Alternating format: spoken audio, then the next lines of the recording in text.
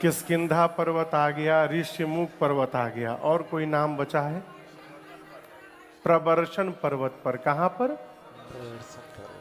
प्रबर्शन पर्वत पर भगवान बाली को गति देने के बाद सुग्रीव को प्रभु ने किष्किंधा का राजा बनाया, और सुग्रीव को राजा बनाने के बाद भगवान ने बाली के बेटे अंगद को युवराज बना दिया। नीति प्रीति परमारथ स्वारथ को न राम सम जान जथारथ। नीति प्रीति स्वार्थ और परमार्थ, इन चारों के विषय में जैसा राम जी जानते हैं वैसा धरती पर कोई नहीं जानता। और इसी नीति के कारण भगवान ने सुग्रीव को राजा तो बनाया, लेकिन सुग्रीव के बाद सुग्रीव का बेटा राजा नहीं बनेगा। कौन बनेगा? अंगद बनेगा, बाली का बेटा सुग्रीव के बाद राजा बनेगा। अंगद को प्रभु ने युवराज बनाया और कहा, मित्र मैंने आपका कार्य किया, आपको राजा बनाया, अब मैं प्रबर्शन पर्वत पर चातुर्मास व्यतीत करने जा रहा हूं। अब इसी चातुर्मास में आप मेरा काम करेंगे। कौन सा काम करेंगे? कपियों को चारों तरफ विदा करके भेज करके सीता जी का पता लगाइएगा। और आप मानस पढ़िएगा, पूरा चतुर्मास बीत गया, सीता मैया का पता लगाना तो छोड़िए, सुग्रीव राम जी का भी पता नहीं लगाए कि भगवान कौन ही हालत में बैठे हैं। कितनी अद्भुत बात है ना। अभी हमसे परसों कोई कह रहा था महाराज रात्रि में कथा के बाद कि मन भागता है,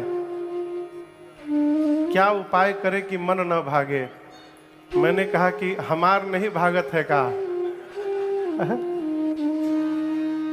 यहां जितने लोग बैठे हैं कोई भी ऐसा नहीं है जिसका मन न भागे। लोग कहते हैं महाराज भगवान का विस्मरण हो जाता है। आप क्या हैं? सुग्रीव को भगवान ने गले लगाया है, अपना मित्र बनाया है, बगल की कुर्सी पर बिठाया है भगवान ने। इतनी नैकट्यता मिलने के बाद भी सुग्रीव भगवान को भूल गए। अरे ऐसा तो हम लोग भी नहीं करेंगे। आपके गुरुजी यदि शाहजहां में आकर के 4 महीना रहे तो आप डेली नहीं जाएंगे, कम से कम संडे को तो जाएंगे एक बार। जाकर मिलेंगे, कहेंगे गुरुदेव कोई असुविधा तो नहीं है, कोई सामग्री तो नहीं लानी है, पूछेंगे ना? मैं पूछ रहा हूं। भगवान को भूल गए, पूरे चतुर्मास में एक दिन देखने तक नहीं गए। ये जानते क्यों हुआ? मनुष्य जब जीवन में सब प्रकार से प्रसन्न होता है ना, सुखी होता है, तो सबसे पहला कार्य करता है भगवान का विस्मरण। हमारे महाराज जी कहते हैं, बात थोड़ी कड़वी है बाबू, भगवान से प्रार्थना करके रखना कि जीवन में थोड़ा अभाव बना रहे। क्यों? अभाव बना रहता है तो भगवान को याद करने का स्वभाव बना रहता है।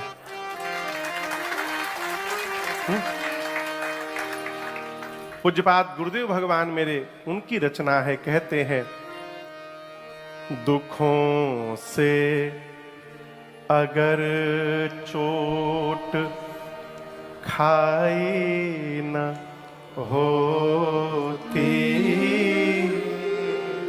तो तुम्हारी प्रभु याद आई न होती। दुखों से अगर चोट खाई न होती तुम्हारी प्रभु याद आई न होती। दुखों से अगर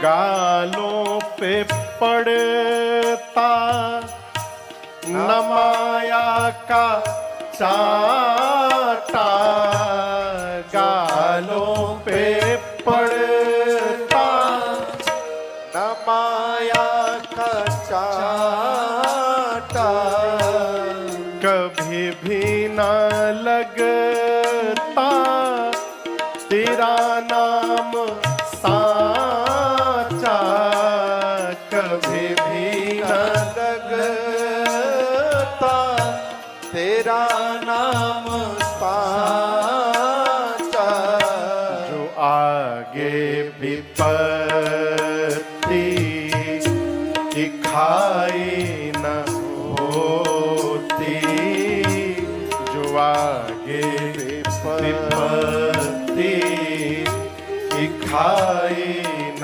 होती, तुम्हारे प्रभु यार आई न होती, तुमसे जो ठोकर खाई न होती, तुम्हारी प्रभु याद आई न होती, तुम्हारी प्रभु याद आई न होती, तुम्हारी प्रभु याद आई न होती।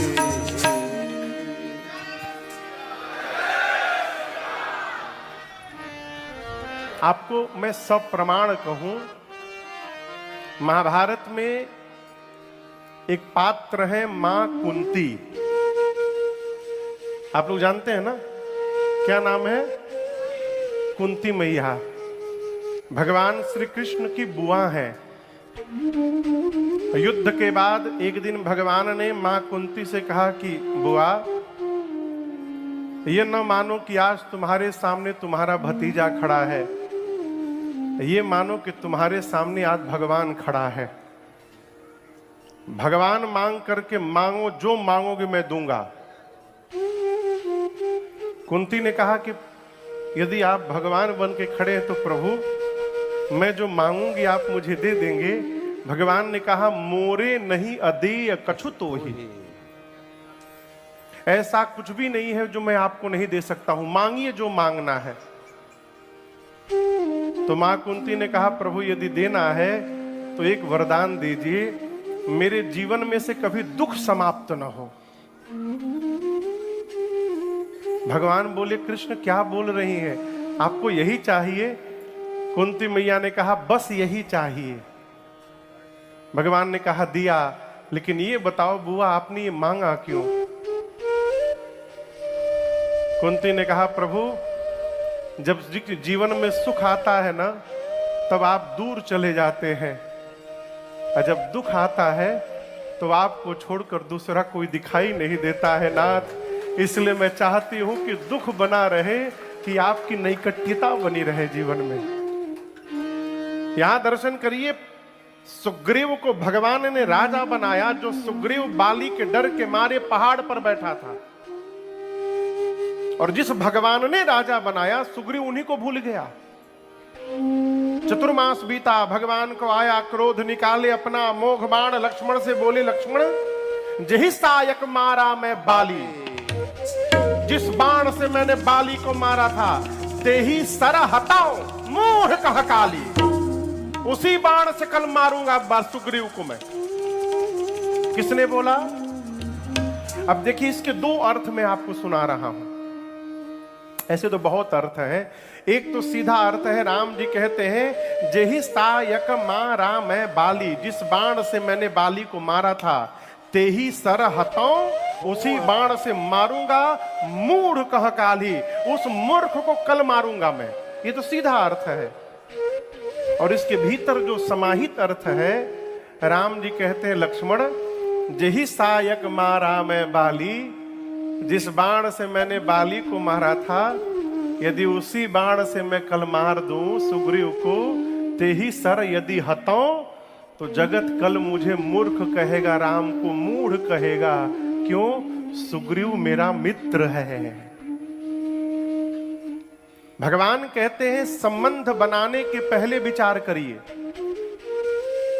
बनाने लायक है कि नहीं, बड़ा आदमी है कि छोटा आदमी है, अच्छा आदमी है कि बुरा आदमी है, पहले विचार करिए। एक बार संबंध यदि बन गया, फिर विचार करने का कार्य समाप्त हुआ। अपनी ओर से संबंध का निर्वाह करते रहना चाहिए। राम जी बोले, बाण निकाल कर बोले। लक्ष्मण जी कहे भैया आप रुकिए, मैं जाता हूं, मार करके लाता हूं। भगवान ने हाथ पकड़ लिया, कहा मारना मत, मेरा सखा है, केवल जाइए, भय दिखाई उसको डरा धमका कर ले आवो, तात सखा सुग्रीव। लक्ष्मण जी गए, सुग्रीव को पकड़ कर लाए। सुग्रीव आते आते पांव में गिर गए, क्षमा याचना करने लगे। एक बात बोले, हम बुरा नहीं मानेंगे ना? झूठा आदमी कसम बहुत खाता है।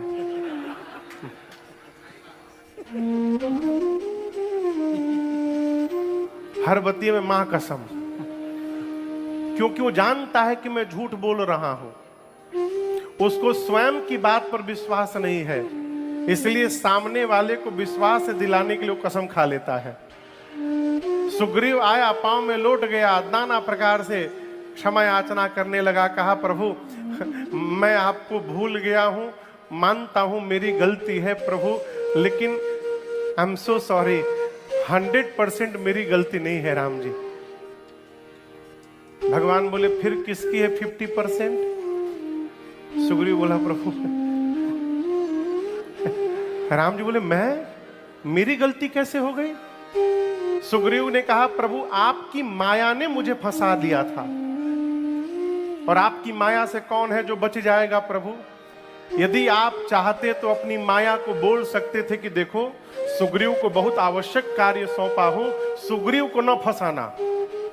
आपने अपनी माया को मना नहीं किया, आपकी माया ने हमको फंसा लिया था। अब आप बताइए 100% मेरी गलती है कि 50%? राम बोला अच्छा कोई बात नहीं, अब आप वो यत्न करिए जिससे सीता जी मिले। वो कंडीशन है, पहली कंडीशन क्या है? 1 महीने में वापस आना है। शंभू जी, कई लोग ऐसे होते हैं ना जिनको कोई काम सौंपने के बाद उनके पीछे आदमी लगाना पड़ता है, देखिए करता कि नहीं करत। सुग्रीव ने कहा 1 महीने में वापस आना है। दूसरी शर्त, खाली हाथ नहीं आना है। ये नहीं कि गए 1 महीना टूर करके चले आए और आके बोल दिए नहीं मिली, यही सब चलबे ना। खाली हाथ नहीं आना है, पता लगा कर ही आना है। जो भी आप लोगों में से खाली हाथ लौटेगा, आने के साथ ही मेरे हाथ द्वारा मार दिया जाएगा। इनके बाद जो मुख्य सेनापति थे, हनुमान जी, श्री जामवंत जी, अंगद जी, नल नील, गव गवाक्ष, द्विविद मयंद, सठ निसठ, इन मुख्य सेनापतियों को सुग्रीव जी ने बुलाया। बुलाकर कहा आप लोग सभी लोग मिलकर दक्षिण दिशा में जाइए। याद रहे शर्तें यहां भी लागू हैं, आपको भी 1 महीने में ही आना है और खाली हाथ नहीं आना है। राम जी बैठे हैं शिला के ऊपर, लक्ष्मण जी पीछे खड़े हैं और सामने से सारे कपि बारी बारी से प्रणाम करके जाने लगे। गोस्वामी जी कहते हैं सबके जाने के बाद पाछे पवना तनय सिरुनावा, जानी काज प्रभु निकट बुलावा। पाछे पवन तनय सिरुनावा, जानी काज प्रभु निकट बुलावा। परसासी सरोरुह पानी कर मुद्रिका दीन जन जाने परसासीस सरोरुह पानी कर मुद्रिका दीन जन जाने। बोले बहु प्रकार सीत कही बल विरह कही बल विरह। करते गए, राम जी आशीर्वाद देते गए। सबसे अंत में जब श्री हनुमान जी महाराज ने दूर से प्रणाम किया तो राम जी ने आशीर्वाद नहीं दिया, क्या कहा? Come here, come here. भगवान ने हनुमान जी को अपने निकट बुलाया है। क्यों बुलाया? राम जी जान रहे हैं कि जा भले सब रहे हों, लेकिन मेरा काम तो मेरे लाडले हनुमान ही करके वापस लौटेंगे। इसलिए भगवान ने किसी को नहीं बुलाया, छोड़ हनुमान जी को। श्री हनुमान जी निकट आए, भगवान ने अपने कृपा हस्त को उनके सिर पे रखा। पर सासीस सरोरुह पानी। पानी मने हाथ, सरोरुह मने कमलवत। अपने कमलवत हाथ को भगवान ने हनुमान जी के सिर पर परोस दिया, परस दिया, स्पर्श किया, परसा, ठीक ना? और उसके बाद अपनी संध्या वाली मुद्रिका जिस पर राम नाम अंकित थी, राम जी उंगली से निकाले और कहे, हनुमान जी ये जब आप सीता जी को दिखाइएगा तो उनको विश्वास होगा कि मैंने आपको भेजा है। जाइए, बहु प्रकार सीत ही समझाए हो। किस प्रकार से समझाइएगा? बहु प्रकार। कही बल विरह बेगी तुम आए हो। मेरे विरह बल को बताकर आप शीघ्र वापस आइएगा।